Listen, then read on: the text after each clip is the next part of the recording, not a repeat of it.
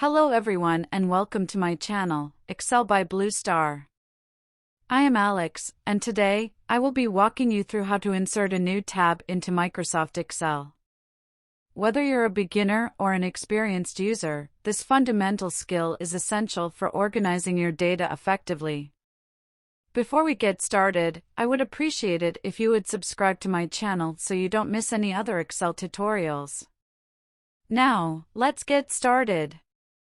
As you can see, we have an Excel workbook open on our screen. For this example, I am using my rental property profit and loss template.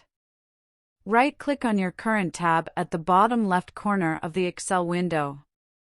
This action will open a context menu with various options. Go ahead and select Insert. You can choose to insert different types of sheets like worksheets, charts, or even macros. For now, let's select Worksheet. Great! Now we have a new worksheet added to our workbook. You can also use the Excel keyboard shortcut Shift and F11.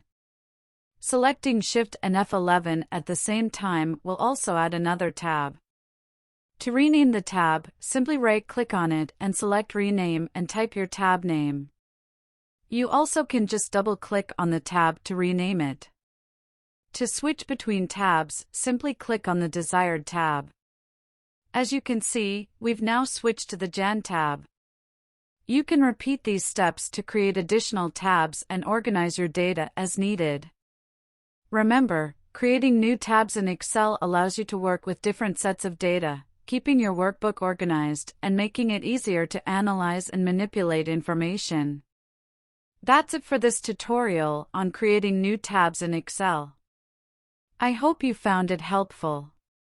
Don't forget to subscribe to our channel for more Excel tutorials and helpful tips. Thanks for watching, and I'll see you in the next video.